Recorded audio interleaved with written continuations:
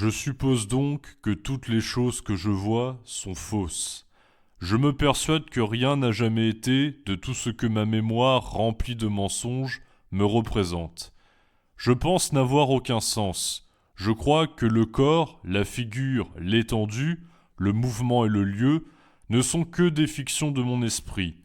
Qu'est-ce donc qui pourra être estimé véritable? Peut-être rien autre chose, sinon qu'il n'y a rien au monde de certain. Mais que sais-je s'il n'y a point quelque autre chose différente de celle que je viens de juger incertaine, de laquelle on ne puisse avoir le moindre doute?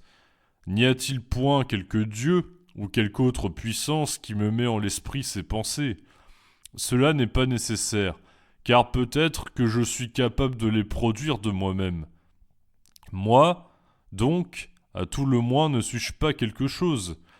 Mais j'ai déjà nié que j'eusse aucun sens ni aucun corps. J'hésite néanmoins, car que s'ensuit-il de là? Suis-je tellement dépendant du corps et des sens que je ne puisse être sans eux? Mais je me suis persuadé qu'il n'y avait rien du tout dans le monde, qu'il n'y avait aucun ciel, aucune terre, aucun esprit, ni aucun corps. Ne me suis-je donc pas aussi persuadé que je n'étais point? Non, certes, j'étais sans doute.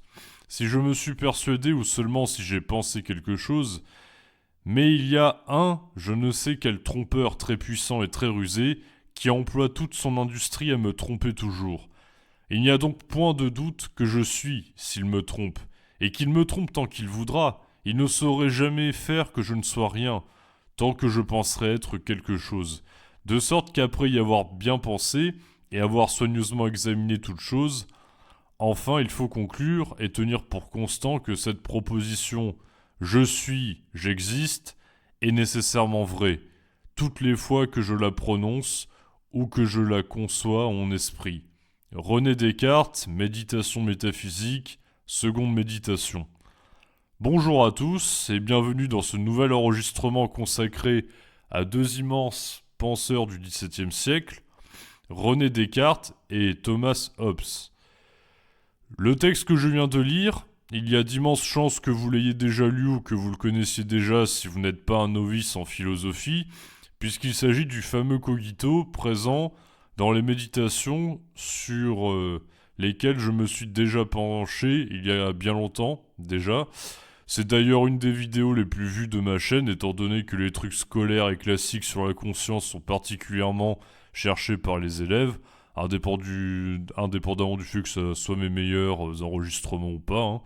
Toutefois, ce n'est pas parce que le cogito cartésien est classique qu'il est passé à la postérité comme l'acte fondateur de la pensée moderne en philosophie, où tout part du sujet de sa propre subjectivité, que cela n'est pas intéressant d'une part, et surtout que cela va de soi d'autre part. En effet, faisons un rappel rapide sur le texte qui précède afin de préciser l'entreprise cartésienne à ce stade des méditations. Descartes est en plein doute radical, il fait l'hypothèse d'un malin génie qui le tromperait tout le temps et qui le ferait se méprendre sur l'existence des corps matériels, y compris le sien propre. Ça peut paraître dingue quand on y réfléchit, mais Descartes est allé jusque-là, car il fait ici ce que l'on nomme couramment une expérience de pensée. Cette expérience de pensée est une simulation à laquelle on n'adhère pas réellement, mais qui permet de faire abstraction de la réalité pour en arriver à des considérations logiques et intuitives qui peuvent s'avérer fécondes. En l'occurrence, rappelons ici que Descartes a précédemment attesté du fait que la certitude ne suffisait pas à garantir la vérité puisque l'on peut recevoir en notre créance des opinions fausses durant l'enfance et se rendre compte plus tard, et que nos sens nous trompent parfois contrairement au calcul abstrait des mathématiques qui sollicitent notre entendement. L'entendement permettant l'élaboration de figures parfaites à l'abri des éléments changeants et variables de la matière. La question étant justement de déterminer si notre esprit est davantage infaillible que nos organes des sens, sachant que nous pourrions toujours faire l'hypothèse que tout est illusoire et que même les propositions mathématiques aussi simples que 3 plus 2 égale 5 pourrait être le produit d'une confusion mentale dans laquelle nous serions tous plongés. Si Dieu n'est pas l'être tout-puissant et bon que l'on croit, et s'il existe à la place un malin génie, alors il est possible de tout remettre en question, sauf une chose, je peux aller jusqu'à douter de tout, mais pas de moi-même puisque c'est bien moi qui doute. Je peux être trompé autant que le veut le malin génie, il ne peut me tromper sur mon existence, car même si je pense mal et fais erreur, je pense. C'est une certitude puisque ma pensée, j'en fais l'expérience, et c'est bien moi qui la produit. Donc, le fait d'exister se déduit de façon intuitive du fait même de penser. Je pense bien que je suis et que j'existe par le simple fait que la pensée résiste au doute, puisque c'est elle qui permet de douter. L'objet de mes pensées peut être factice et illusoire, mais pas ma pensée elle-même. Cette théorie est extrêmement classique, mais elle a été remise en question un grand nombre de fois. C'est une des idées les plus célèbres de l'histoire de la philosophie qui a fait couler beaucoup d'encre. On a vu notamment quel genre d'objection pouvait lui faire un empiriste, voire un phénoménologue, dans d'autres enregistrements. Mais il y a un adversaire qui a posé des objections, parfois d'une grande pertinence et même impertinence, et qui s'est avéré être redoutable pour Descartes, c'est Hobbes. Hobbes qui est contemporain de Descartes. En effet, Hobbes, qui ne possède pas encore de célébrité le rendant comparable à Descartes à ce moment-là, et n'est pas encore l'immense génie ayant écrit le Léviathan, ouvrage majeur qui lui conférera une grande postérité, va tout de même faire partie des adversaires lui adressant diverses objections. Ces objections sont d'ailleurs à considérer comme un grand texte, très difficile à lire par moments, de Hobbes, et comme son premier écrit important auquel je vais venir ensuite. Je fais aussi cet enregistrement afin de mettre un peu plus en lumière un Hobbes qu'on connaît encore trop mal, car quasi systématiquement, lorsque l'on se rapporte à lui, c'est exclusivement en tant que penseur politique. Or, Hobbes a développé une ontologie bien à part et originale qui vaut vraiment le coup qu'on se penche dessus. Il va redéfinir l'être, ce qu'on appelle l'être d'une façon très spécifique. Il a aussi développé une épistémologie. Celle-ci transparaît de manière implicite par ailleurs dans ses fameuses objections, de même que son ontologie. Donc je vais donc clarifier sa théorie de la connaissance avant de vous expliquer quels arguments principaux Hobbes mobilise contre Descartes, afin que l'on mesure mieux également la différence de paradigme intellectuel qui les sépare. Mais avant cela, je vais citer deux autres passages issus des secondes méditations qui valent le coup que l'on se penche dessus, car c'est également sur ces points-là que Hobbes va critiquer Descartes. Je cite Descartes, « Car d'avoir en soi la puissance de se mouvoir, de sentir et de penser, je ne croyais aucunement que l'on dût attribuer ces avantages à la nature corporelle. Au contraire, je m'étonnais plutôt de voir que de semblables facultés se rencontraient en certains corps. » Fin de citation. Ici, Descartes dit quelque chose qui peut sembler curieux, c'est pour ça que je l'ai relevé en relisant les méditations. J'ai trouvé cette citation très surprenante, on ne sait jamais de redécouvrir des classiques. C'est-à-dire que même si dans sa propre pensée c'est parfaitement cohérent, bien sûr, il y aurait un étonnement relatif au fait de constater que la pensée se retrouve dans certains corps. Que d'autres corps que le nôtre puissent penser est étonnant, car le corps ne pense pas, selon Descartes. C'est pour ça que Descartes est étonné, pour être exact. Descartes est partisan de ce que l'on nomme communément le dualisme. Il y a le corps d'un côté et l'esprit de l'autre. D'un côté, le corps qui est une substance matérielle et étendue, responsable du mouvement mécanique de nos passions et de nos sensations qui nous amènent à réagir à notre environnement. De l'autre, l'âme qui en tant que substance immatérielle et inétendue est responsable de nos pensées. De fait, les informations que nous transmet notre corps peuvent être remises en question. Je peux douter de mes sensations et des idées obscures et confuses qui s'y rapportent, mais pas la pensée unique, hein, puisque c'est elle qui sert à douter. Voyez ? Avec Descartes, notre corps devient secondaire. Nous sommes des esprits avant toute chose plutôt que des corps, car c'est notre pensée qui nous démarque des autres corps inorganiques. La pierre ne pense pas, hein, laissons les pierres tranquilles, ou des autres corps qui ne possèdent pas une âme telle que la nôtre, c'est-à-dire les animaux. C'est pourquoi Descartes rajoute ensuite « Je n'admets maintenant rien qui ne soit nécessairement vrai.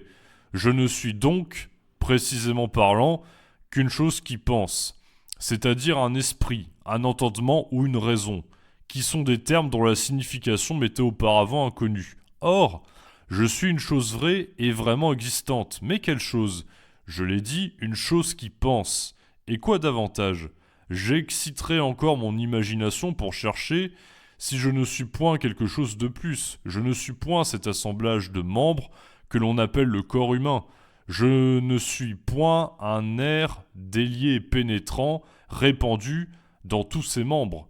Je ne suis point un vent, un souffle, une vapeur, ni rien de tout ce que je puis feindre et imaginer, puisque j'ai supposé que tout cela n'était rien, et que, sans changer cette supposition, je trouve que je ne laisse pas d'être certain que je suis quelque chose. Fin de citation. Ici, Descartes fait bel et bien du corps un attribut secondaire du sujet, puisque ce n'est pas par le corps que l'on pense et que l'on doute, la preuve étant que c'est notre pensée qui nous permet de nous interroger sur l'importance de notre propre corps, dans la formation de notre identité personnelle. Tout ce que l'on peut savoir, si l'on remet tout en question, c'est que l'on pense, puisqu'on est en train de penser en faisant ça. Donc, on sent bien qu'on est quelque chose, mais prétendre que nous sommes un corps avant toute autre chose devient impossible. C'est par notre pensée que nous jugeons d'une chose, c'est encore par elle que nous doutons ou affirmons quelque chose, et donc elle s'impose face au corps qui demeure d'ordre physique et matériel. Mon corps m'apparaît et je sens bien que j'y suis lié, mais c'est mon âme qui le sent, et qui peut aller jusqu'à remettre en question sa potentielle véracité. À ce stade des méditations, Descartes affirme donc qu'il est quelque chose, une chose qu'il reste à définir, mais à propos de laquelle il n'a aucune certitude, autre que celle selon laquelle il pense, puisque c'est ce qu'il est en train de faire par ailleurs. Donc pour Descartes, nous sommes esprit avant même d'être un corps. Certes, plus tard, Descartes dira qu'il y a union entre ces deux substances, de nature différente, et que l'on fait l'expérience de cette union dans la vie de tous les jours. Néanmoins, c'est l'âme du sujet, sa pensée, qui le renseigne sur sa nature, avant tout pensante. Pas son corps, qui ne fait rien d'autre que produire des passions et inciter à accomplir un mouvement dans l'espace.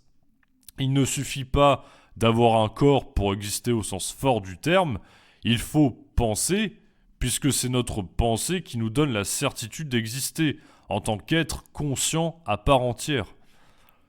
Oui, mais voilà, cette séparation dualiste entre corps et esprit va-t-elle de soi ? Ne faut-il pas d'abord posséder un corps pour pouvoir penser ?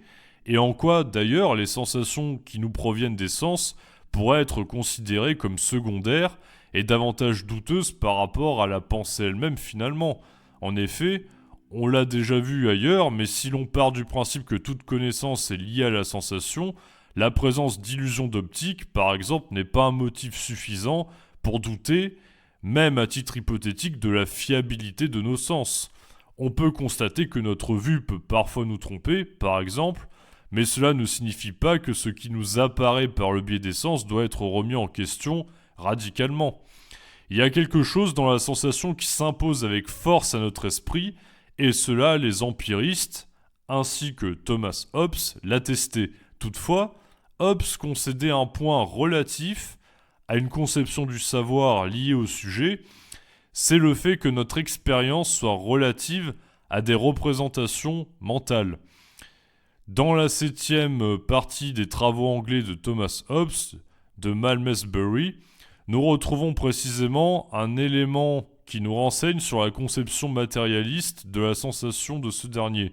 Je cite La lumière est une imagination dans l'esprit causée par un mouvement du cerveau, lequel mouvement est causé par le mouvement des parties de ces corps que nous appelons lumineux, comme le sont le soleil ou les étoiles fixes et sur la Terre le feu. Fin de citation. Cela signifie que la lumière ou toute propriété physique que l'on attribue au monde matériel qui nous entoure n'est que le résultat d'une action de notre cerveau. Nous n'accédons jamais de façon totalement objective aux choses. Les corps lumineux qui composent la lumière vont être perçus par nos sens, qui vont mettre en mouvement notre cerveau, et ce dernier va alors faire naître en nous une représentation, ou ce que Hobbes va même nommer fantasme. Mais dans un sens qui dérive de ce qui est lié aux images, puisque ce que l'on va apercevoir va être de l'ordre de la représentation, puisqu'il y a un traitement du cerveau entre-temps. Notre esprit étant en mesure de produire un grand nombre d'images au contact des choses qui nous entourent. Il ne s'agit pas évidemment du sens coquin ou extravagant qu'on donne souvent au mot fantasme. Hobbes précisera plus tard sa théorie de la sensation dans son célèbre ouvrage Le Léviathan, partie 1, L'homme, au chapitre se nommant De la sensation. Je cite de nouveau Hobbes. La cause de la sensation est le corps extérieur ou objet qui presse l'organe propre à chaque sensation, soit immédiatement comme dans le goût ou le toucher, soit médiatement comme dans la vue, l'ouïe ou l'odorat. Cette pression propagée vers l'intérieur, par l'intermédiaire des nerfs, ainsi que des autres fibres ou membranes du corps, jusqu'au cerveau et au cœur, cause là une résistance, une contre-pression, un effort du cœur pour se délivrer. Cet effort étant dirigé vers l'extérieur, semble être quelque réalité située au dehors. Et ce semblant, ce fantasme, c'est ce qu'on appelle sensation. Fin de citation. Autrement dit, nous n'accédons jamais, comme je l'ai indiqué avant, aux choses mêmes, mais à des représentations de ces choses qui sont le résultat d'un traitement de notre cerveau générant des images à partir des stimulations des corps extérieurs qui vont frapper nos sens. Il n'y a aucun moyen de dire si la nappe de ma table est réellement blanche. C'est mon cerveau qui produit la couleur blanche à partir des données reçues de l'extérieur par les fines particules qui composent les corps. Ici, Hobbes parle de deux types de sens qui nous renseignent directement ou indirectement sur un objet. Il y a les sens qui nécessitent le contact direct. Dans ce cas-là, ça sera instantané, ça sera immédiat. Le goût qui nécessite de poser l'aliment sur la langue et le toucher qui nécessite, comme son nom l'indique, de toucher d'autres corps. Dans ce cas-là, le contact entraîne une information immédiate qui va générer des informations et des sentiments relatifs au cœur, qui est le siège des passions, tandis que les sens qui ne nécessitent pas le contact direct avec les corps, les trois autres sens, vont se manifester par le biais de la médiation du système nerveux, nous situant toujours l'objet de notre perception comme étant extérieur à nous. Voyez, j'entends quelque chose qui est extérieur, je vois un objet, je le situe comme étant extérieur à moi-même. Donc ça va être possible grâce aux autres sens qui ne nécessitent pas un contact direct. C'est peut-être là que se joue l'idée selon laquelle nous n'accédons jamais aux choses elles-mêmes. Kant ne dira pas autre chose en substance un siècle plus tard dans sa critique de la raison pure, et par conséquent, ce qui nous apparaît est peut-être propice au doute. En effet, nous ne pouvons avoir aucune certitude concernant le fait que la représentation de la chose imite la chose qui crée cette représentation en nous. Lorsque je vois un objet rouge, ce n'est pas l'objet qui est rouge, mais le résultat de ma perception de cet objet, qui cause en moi la qualité de rouge, sans pour autant que je puisse vérifier qu'il le soit réellement, puisque je n'y ai accès qu'à travers mes sensations. De fait, je n'ai jamais le moyen de déterminer que mes sens ne me donnent pas des informations trompeuses ou totalement subjectives sur le monde qui m'entoure, c'est vrai, mais cela ne signifie pas pour autant que le sujet est responsable de ce qui lui apparaît. Pas totalement en tout cas, puisque les propriétés des corps qui nous entourent dépendent tout de même des particules qui vont frapper nos sens. La notion de corps, par ailleurs, est indispensable dans l'épistémologie hobbesienne, est fondamentale pour comprendre la critique qu'il effectue de Descartes et de son cogito. Il y a en effet deux types de corps, les corps qui créent des sensations et des représentations découlant de celles-ci, et les corps qui, au contact de ces derniers, peuvent accéder au monde qui les entoure via leurs organes sensoriels, les êtres vivants et sentants dont nous faisons partie, bien entendu. Pour résumer, il y a les corps sentis et les corps qui peuvent être sentants en plus d'être sentis. Selon Hobbes, tout est corps. Il n'y a que des corps. Parler de quelque chose d'incorporel n'a aucun sens et demeure une contradiction logique. Hobbes va même jusqu'à dire d'ailleurs que Dieu serait un esprit corporel, mais pur, ce serait un corps beaucoup plus subtil et différent du nôtre, que l'on ne peut percevoir ou concevoir. En gros, Dieu serait un corps invisible dont la connaissance nous échappe, mais cela ne signifie pas qu'il est un être immatériel. Rien n'est immatériel, puisque parler de choses immatérielles, c'est parler de rien précisément. L'être et le corps sont la même chose, car il n'y a d'être que là où il y a occupation d'un espace mesurable. L'être se mesure selon la longueur, la largeur ou la profondeur. Il n'y a ni corps sans être, ni être sans corps. Voilà l'ontologie de Hobbes dans toute son originalité, une ontologie du corps. Quelque part, il y a certains éléments qu'on pouvait déjà retrouver chez les épicuriens, notamment la conception matérialiste de Dieu, mais il faut admettre que ce matérialisme radical a le mérite de poser des bases empiriques dès qu'il s'agit de connaissances. Toute connaissance devient relative à des signaux générés par d'autres corps qui exercent une pression sur nous, entraînant par réaction une sensation, via la pression exercée sur les organes des sens, puis une représentation à travers laquelle nous allons nous rapporter à notre extériorité. De fait, on ne peut dire des choses sensées et avoir un discours qui possède un sens que si notre langage porte sur des corps localisables dans l'espace que nos mots servent alors à nommer. Hobbes est donc un penseur typiquement anglais qui demeure bien en avance sur son temps, son analyse ayant un léger parfum de philosophie analytique. J'y reviendrai après d'ailleurs. J'ai consacré un enregistrement sur sa théorie du langage, si jamais ça vous intéresse. Donc la seule substance qui soit est donc corporelle. Il n'y a que des corps et leur forme est relative à la proportion de matière qui les constitue et aux différentes dimensions de ceux-ci. Maintenant que j'ai développé le cadre de pensée matérialiste de Hobbes, qui mine de rien est pas forcément évident à comprendre, mais j'ai fait ce que j'ai pu, ainsi qu'une partie de sa théorie de la connaissance, on va pouvoir se pencher plus dans le détail de la critique que ce dernier fait de Descartes et du fameux cogito. Il s'agit donc des troisièmes objections aux méditations métaphysiques, qui sont celles rédigées par Hobbes, se décomposant en plusieurs arguments et contre-arguments de Descartes, lui répondant pendant un certain temps, avant de lâcher l'affaire car il finira réellement par en avoir marre. Hobbes considère tout d'abord que si l'on déduit le fait d'être de la pensée, et que cela semble logique puisque la pensée ne peut pas venir de nulle part, et part bien d'un sujet, il est arbitraire de déduire de là que nous sommes en tant qu'esprit. Pourquoi pas je me promène, donc je suis une promenade d'ailleurs. Il dit je suis pensant, donc je suis une pensée. Tout comme il dirait je suis promenant, donc je suis une promenade. Tout d'abord, Hobbes tente d'attaquer le cogito cartésien au niveau logique.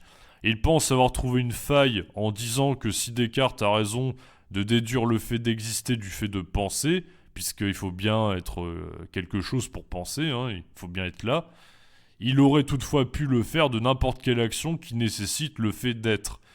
Il n'est pas davantage nécessaire d'être pour penser que pour se promener. Mais c'est Hobbes qui a tort, car dans l'usage de la langue, comme lui répondra Descartes, le terme « penser » désigne à la fois l'action de penser, la faculté, et la chose même dans laquelle elle réside, alors que le terme « promenade » ne désigne que l'action de se promener. L'esprit désigne donc la substance dans laquelle résident les pensées. Descartes n'a pas commis de faute d'un point de vue logique et a révélé en passant que Hobbes n'avait pas bien saisi la subtilité de la langue française. Oui, si je dis que je suis et que j'existe, car je pense, cela est logique, car la pensée est une substance, pas seulement une activité. C'est le fait d'être pensant qui me donne l'impression d'exister, et cela d'autant plus que la pensée se rattache à une substance inétendue dont je ne peux douter. À l'inverse de la promenade qui renvoie directement à une action, la pensée permet l'activité de penser. 1-0 pour Descartes donc, mais bon, ce n'est pas le point le plus intéressant de la controverse Hobbes-Descartes, et Hobbes va trouver bien d'autres choses à redire. L'argument principal de Hobbes a lieu par le prisme de son matérialisme qui n'aura pas de sens réel pour Descartes.